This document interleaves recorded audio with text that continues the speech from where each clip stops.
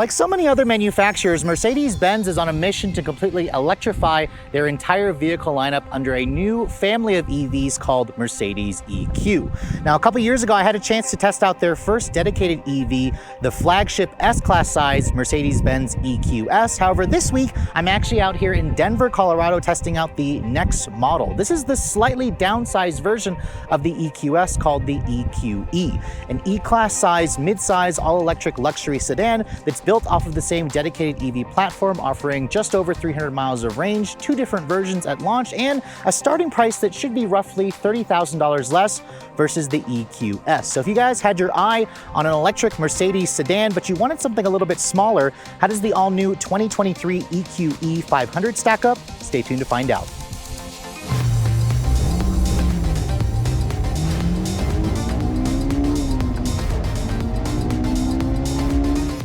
Now, in the Mercedes-Benz EQS, a lot of people really didn't like the exterior styling. So for the smaller EQE, the company obviously stayed to the same kind of design language, but they also gave the EQE a slightly unique front fascia, and its smaller proportions, I think, translates into a slightly better looking sedan. Now at launch here in America, Mercedes will offer the EQE in 2 different flavors, the EQE 350 Plus, which is a rear drive, single motor long range version, and this EQE 500 4MATIC, which comes with dual motor all-wheel drive, and it's the more powerful version. Now, looking at the front fascia, you can see the styling of this vehicle is slightly different. Obviously, we have the same kind of closed off grille and almost like jelly bean shape here with this Mercedes EQ grille with the little stars in the actual grille itself. The emblem right here you can see is just really nice and smooth. The radar sensors for all the Distronic plus driver assistance stuff lives behind there. And then all the EQs will come standard with their full LED headlights. This one here has the digital matrix LED headlights, where you can see it has an LED daytime running light, LED low and high beams. These are also adaptive headlights. They also will project symbols and images onto the road. If you guys have this vehicle at night, it's a really cool sight, and it also makes this car look very premium. And as you guys know, Mercedes went with this kind of design language because of the slippery shape. This car has a 0.22 coefficient of drag, which is slightly worse versus the EQS at 0.20. That vehicle was the most aerodynamic vehicle on the market until the new Tesla Model S Plaid came out. But as you can see, this car, I personally think, looks a little bit nicer. I think the AMG body styling package here looks a little bit better, although this is all faux in terms of intake openings. That one here is actually functional. This vehicle should have active grille shutters to kind of help, again, with cooling if it's needed. But this Celamite gray is certainly a nice exterior color choice if you guys are looking for a vehicle like this. Now, I wish I could pop the hood and show you guys what's underneath here. However, just like the EQS, which is built on the same dedicated EV platform, there's a very massive HEPA air filtration system down there, so I can't actually pop the hood to show you what's underneath there because of the large HEPA filter for the cabin. But this vehicle is basically be available with 2 powertrain options. So you'll have the EQE 350 Plus, which will have a single motor rear drive making 288 horsepower and around 390 pound-feet of torque. This model here, the EQE 500, has dual motor all-wheel drive, so it'll have a motor at the front and at the back, making a total of 402 horsepower and 633 pound-feet of torque. It all goes out through a 1-speed reduction gear transmission. It's got 4MATIC all-wheel drive. Both models use a 90.6 kilowatt-hour lithium-ion battery pack, so it's one size here in America, and it's a little bit smaller versus the 108 kilowatts in the EQS. As a result of that, range is a little bit less. Mercedes is estimating around 305 miles for the EQE 350 Plus. This model here should be around 285 miles of total range. This will charge at a maximum of 170 kilowatts if you guys can find a DC fast charger, which means you can go from 10 to 80% in about 31 minutes. Mercedes EQ says this will get to 60 in around 4.5 seconds, about 5.6 if you guys go for the single motor rear drive model. Top speed for this sedan is around 130 miles an hour, and curb weight is going to be estimated around 5,500 pounds. So this is a good, like, 1,000 pounds heavier versus an E-Class sedan. But overall, looking at the rest of the body proportions, you can see the jelly bean soap shape is pretty much here. Although I will say the EQE is just better proportioned because the wheelbase of this car at 122.9 inches long has been shortened by about 4 inches. Its overall length is around 196 inches long, which is about 10 inches shorter than the EQS. And I personally think it just makes this car look a little bit nicer. Keep in mind, these are this is the EQE sedan. Mercedes will also be launching an EQE SUV along with an EQS SUV under the same name, but it'll just have SUV next to the actual nomenclature. Now, looking at the wheels, these are a really interesting looking wheel. As you can see, they have kind of like this aerodynamic cover, but it's like a 5-spoke design. It's an AMG. This is the sport wheel. It's a 20-inch wheel wrapped in two 55/40 R20 tires. These are a Bridgestone summer tire. This vehicle, like I said earlier, is all-wheel drive. It's got adaptive suspension, but not air suspension. And you can also get this car with 4-wheel steering, which I'm not entirely sure my tester has. This is a very early first drive. This is a very early pre-production US spec car. You can see there's an EQE badge over here. There's the turn signal indicator. This vehicle also comes standard with a panoramic glass roof, where this roof also opens. That's kind of getting harder to find with a lot of vehicles. And then just like the EQS, you have these pop-out door handles, which when you unlock the door and lock the door, they are going to pop out for you.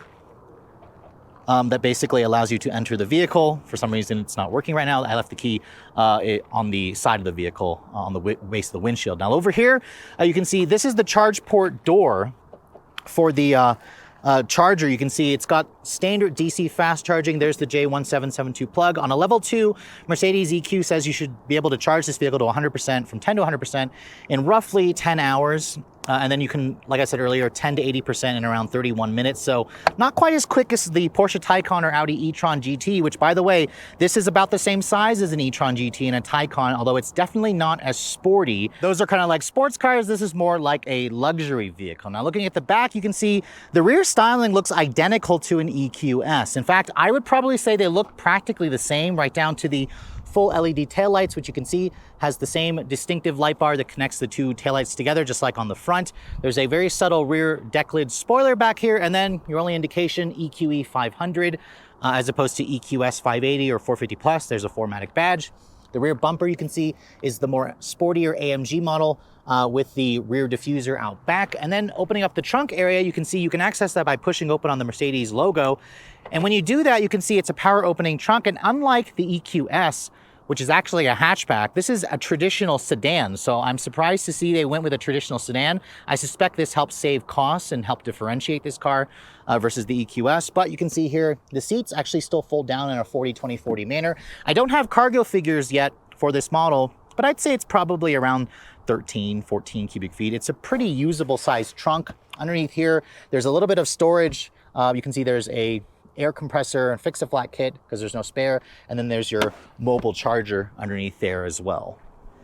So we've gone ahead and talked about the exterior of the EQE, although I want to briefly mention this right here. I forgot to talk about that. That's where you add washer fluid because remember, you can't open up the hood. That's just like the EQS. But getting into this vehicle, like I mentioned earlier, the door handles, they pop in and out. So when I have the key fob here, you can see here's the newer Mercedes key. It just has the lock and unlock and panic, and then you can open up the trunk. You should be able to access this vehicle through the Mercedes Me app if you want to remote start it. But when I lock the vehicle, you can see it has a really interesting chime to lock and unlock, but the door handles you can see just pop in and out, which is pretty cool. But again, a lot of you probably just prefer a traditional door handle. I just like how flush it looks when the door handle itself is actually retracted. But my exterior, or my tester, has the Celamite gray exterior with this really beautiful brown and kind of white black two-tone combination for the interior. This is definitely going to be an upcharge. You can see these seats are just quilted or covered in beautiful contrasting stitching leather with the diamond quilting with the perforation. These are also heated and cooled seats. You can see the seat controls. These are the newer Mercedes seat controls where it's like a little touch capacitive button that doesn't actually move. You just kind of just push your, put some pressure on the certain area that you'd like to actually adjust. You can see the door panel has this nice kind of recycled leather material here with the contrasting stitching.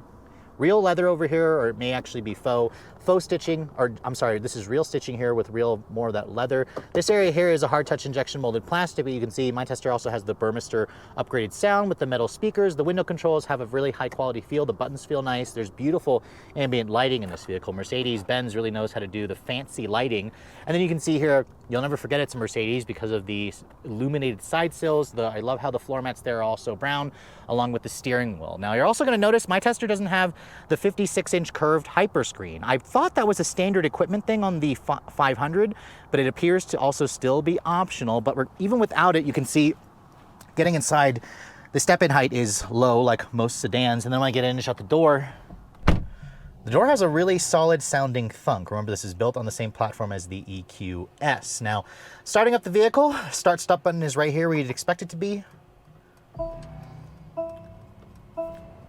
And you can see, even without the hyper screens, this interior still looks fantastic. Let me actually turn down the fan speed here so it's not blasting for you guys. And then let me turn down the heated or the cooled seats. This interior still has it really makes a great first impression, even without the hyper screen. You can see without it, you have a 12.3-inch full digital display here and a 12.8-inch fully digital display here. That's part of their MBUX infotainment system. Now, if you guys have the hyper screen, it'll basically add a screen here. So this will go to a 17.7-inch screen. This will remain at 12.3, and then you'll get a 12.3 over the passenger side over a single curved glass display. It'll be an OLED screen. So that just looks very impressive. Almost overwhelmingly so. This, however, still looks phenomenal. So I don't fault you for not going with the hyper screen layout. You have, instead of that screen, you have this really beautiful looking matte finish wood, which just looks real. It smells fantastic in here. This car, you can also get it with the fragrance and the ionizer and whatnot. The dashboard, you can see, is very high up. It does impede on visibility for this car a little bit, along with this massively large A-pillar. The design, the jelly bean design that's supposed to give you that kind of aerodynamic shape, does affect visibility in here with this high dash. The dash vent looks pretty cool, however, how it goes completely along the dash, although the actual vents are adjustable here. There's almost some rose gold accents throughout this vehicle. That's kind of coming back into trend.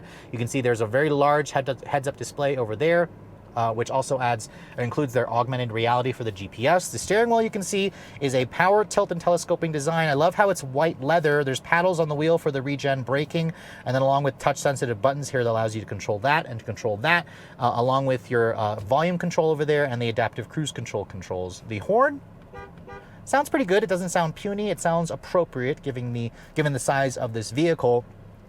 And then over here on the center stack, you can see a lot of piano black plastic. This shows a lot of fingerprints like crazy, along with that screen. So those of you who don't like fingerprints, you're gonna be wanting to clean this pretty much all the time, which is annoying. Now, opening this up, you can see wireless phone charging pads over there, 2 USB-C charging ports, cup holders, a little bit more storage. And then you guys have seen me show you this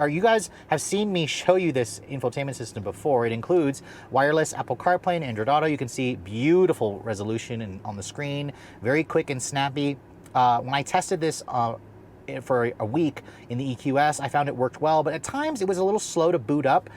So remember, this also includes over-the-air software updates, and it also has their new zero layer function where it'll pair or put most frequently used sources down here, so you don't have to go into the menu and find it all the time. Or you can also hit menu. You can adjust so many different things over here from all the different sources. Your climate menu is over here, where you can also adjust the air quality and whatnot. The graphics just look fantastic as well, which I really love. When you put the vehicle into reverse, there's the full top-down 360 camera, which looks great. It gives you crystal clear resolution. You can also change the view itself and see what's completely around the vehicle, which again, this is among the best in the industry. Didn't expect anything less from Mercedes-Benz. You can see there's a fingerprint reader there, so if you have it set, it'll automatically remember your settings once you touch that area. Your dynamic mode selector is over here. There's 4 different drive modes: Eco, Comfort, Sport, and Individual.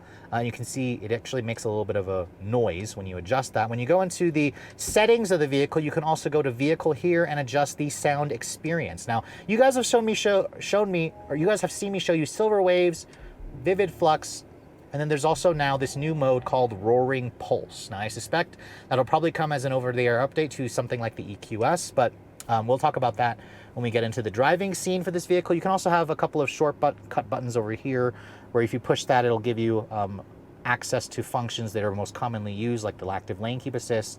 There's also a car wash mode, the heads-up display. Push the EQ button here, it'll show you some charging information. You can also open up the charging socket flap and whatnot and adjust when this vehicle is going to charge. So again, really fantastic stuff. It can be overwhelming. There's also the voice commands if this gets too much, but most of you are going to end up just using the touch display or using the display over here where you can kind of manipulate the screen. Now, over here on the center console, you can see, open that up, there's 2 USB-C charging ports, 2 more over there, so a total of 4. And then down here, there's also a really nice storage area, which is great. The seats, like I said earlier, pretty comfortable and supportive, but they lack the pillows that you have on the EQS. You can also adjust this head restraint to go forward and back. These adjust in like 20 plus different ways. I'm honestly not sure how many. It just adjusts in way too many ways. And then unlike other cars, the glove box is actually pretty easy to access. There's a button over here. You just push that, it opens up the glove box. It's stamped and it's lined with felt. It offers a good amount of storage in there. There's some more leather stitching along this part of the dash, along this lower area here, along the lower area over here. And then above me, you can see more beautiful ambient lighting with LED lighting, and you can see, or LED map lighting, and you can see big panoramic glass roof. This also opens up. It has a retractable sunshade, which is nice. Headroom space is okay for somebody my height. If you're taller, you may have to adjust the seat to accommodate your taller frame. But overall, the interior has a lot of impressive features. It feels luxurious in here. Build quality is pretty much the same as the EQS, which also had good build quality unless you compared it to an S-Class, but this is pretty much on par, if not better, versus the last E-Class or CLS that I drove. Now, hopping into the back seat of the EQE. Now, this model here is only available as a 4-door sedan. There will be an SUV coming out, but as I mentioned, the wheelbase has been shrunken by about 4 inches compared to an EQS, and I don't have final legroom figures just yet. However, as you can see, it's still covered in this beautiful brown leather with the diamond quilting and the contrasting stitching. Getting inside, because of the higher roof, it should give you more headroom, but I actually still had to duck my head to get back here. Getting back here, you can see I have a decent amount of headspace. Again, I'm only 5'7", so for you taller folks, you may notice that it's a little bit smaller. Getting in, let me shut the door. The door has the same solid sounding thunk, and then you can see still the same beautiful materials here. There are 3-level heated back seats. I'm not entirely sure if you can get cooled back seats. There's some aluminum trim here, more of the metal speakers for the Burmester stereo. And then you can see here your own set of rear seat vents with climate control. It has 4-zone climate control, which is nice. The floor is surprisingly not completely flat, but I'd say there's probably maybe around 36, 37 inches of legroom back here. It's definitely not as roomy as the EQS, but this is definitely more space than the Taycan and the Audi e-tron GT, although the Tesla Model S gives you even more space still. There is an armrest here that folds down, and then if you push this, you can see it gives you 2 cup holders, like almost like a phone storage holder over here. And then if you open this up, you can see there is 2 USB-C charging ports along with 2 storage pockets. The rear sunshade over here, this doesn't open, but you can close this retractable shade. Surprised there's no rear manual sunshades, along with no shade at the back. That's something that I think Mercedes should have included, and it was something that was missing on the EQS as well.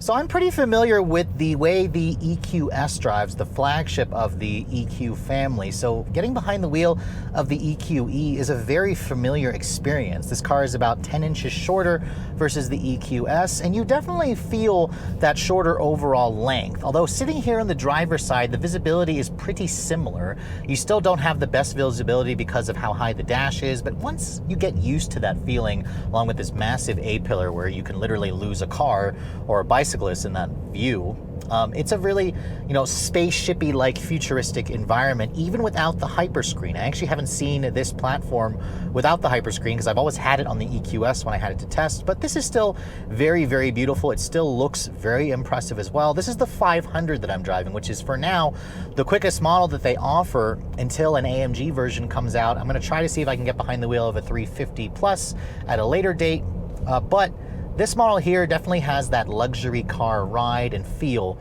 that you expect a vehicle like this to have. But Mercedes EQ says this car should get to 60 in roughly 4.5 seconds. So let's go ahead and see what we can get here. We have about a 63% charge.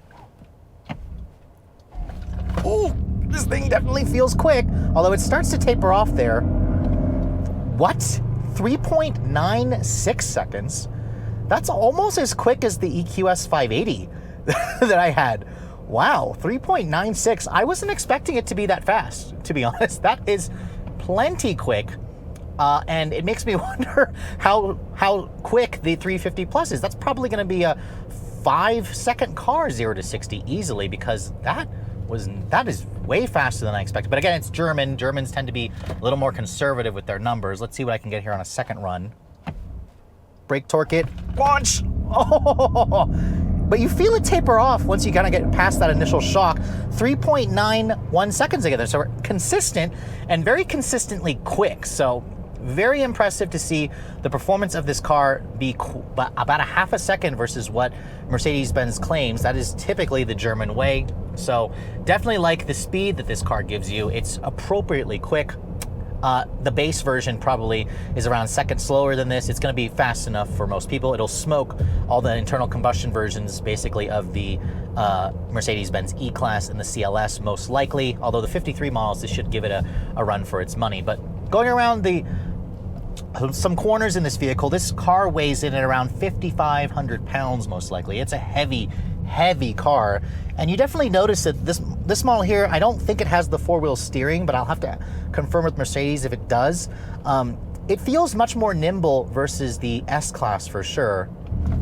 And the sound, there's the sound of that, the sound indicator, or the generated sound that this car gives you. For some reason, I can't remember the name of it right now. Of course, let's go to vehicle here. Let's go to sound experience here. And it's called roaring pulse. It's definitely an interesting noise.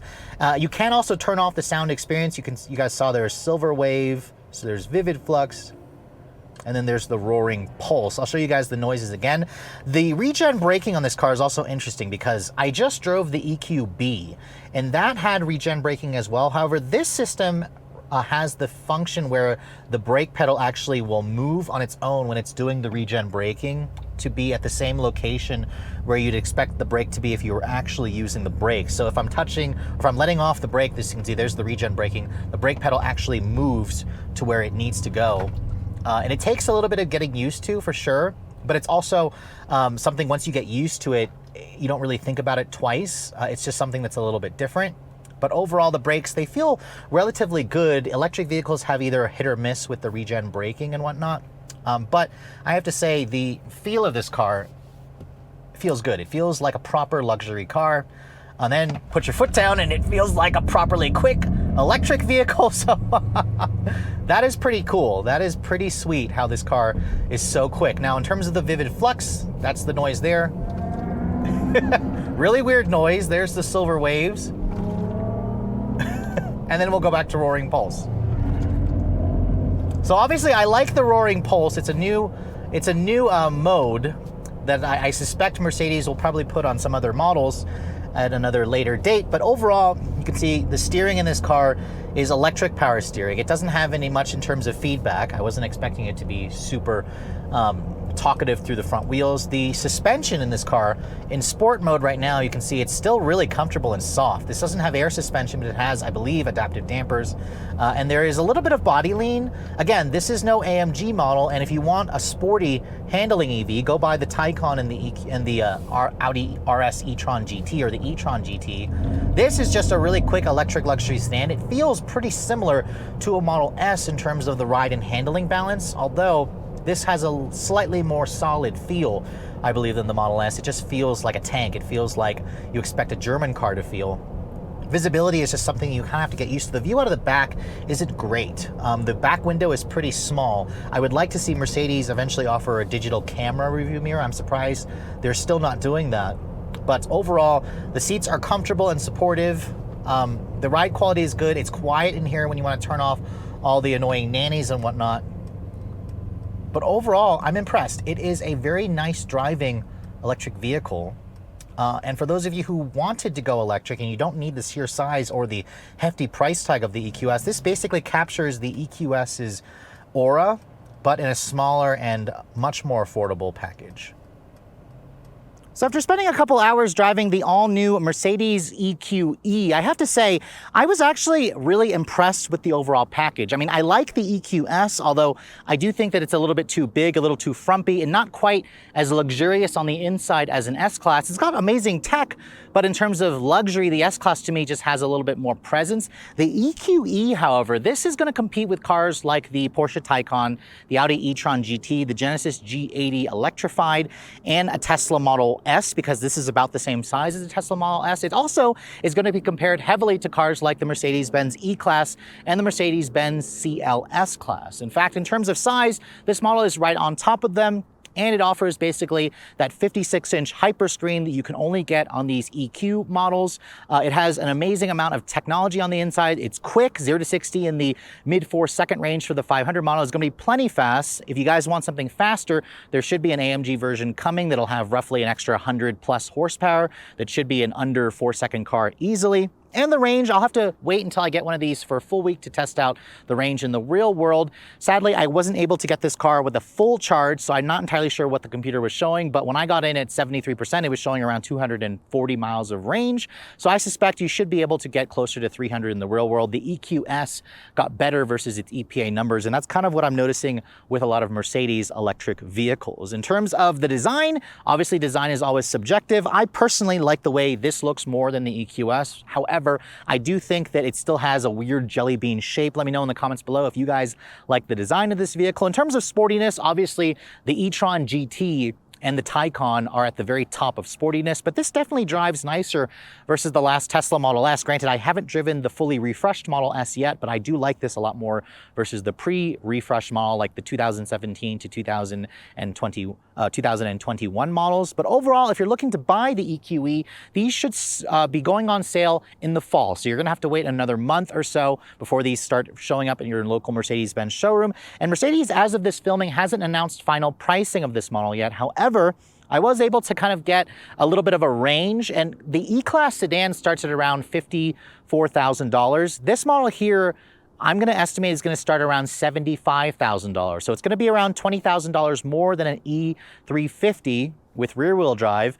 You can get this car, of course, with rear-wheel drive or with all-wheel drive. No pricing yet, of course, on the 500 model. I suspect this model here with a lot of options is probably going to be closer to 90 to 95, maybe even closer to $100,000, or that should probably put it in line where the EQS starts. But remember, this is going to be discounted about 30 grand versus an EQS, and it's going to compete well with cars like the Genesis G80 electrified, which I also just tested, was around $80,000 fully equipped. I suspect this is going to be more expensive, but it does have slightly better range. Doesn't charge as quick, but it definitely has some impressive technology, and it has that Mercedes-Benz build quality that a lot of you like. But with all that said, hope you guys have enjoyed my full overview on the 2023 Mercedes-Benz EQE 500. If you're also looking to see the latest cars I'm testing, be sure to follow me on Instagram at redline_reviews, like us on Facebook, and as always, guys, please keep subscribing to the Redline Reviews YouTube channel for all the latest reviews. Thank you so much for watching. I'll catch you all in the next video.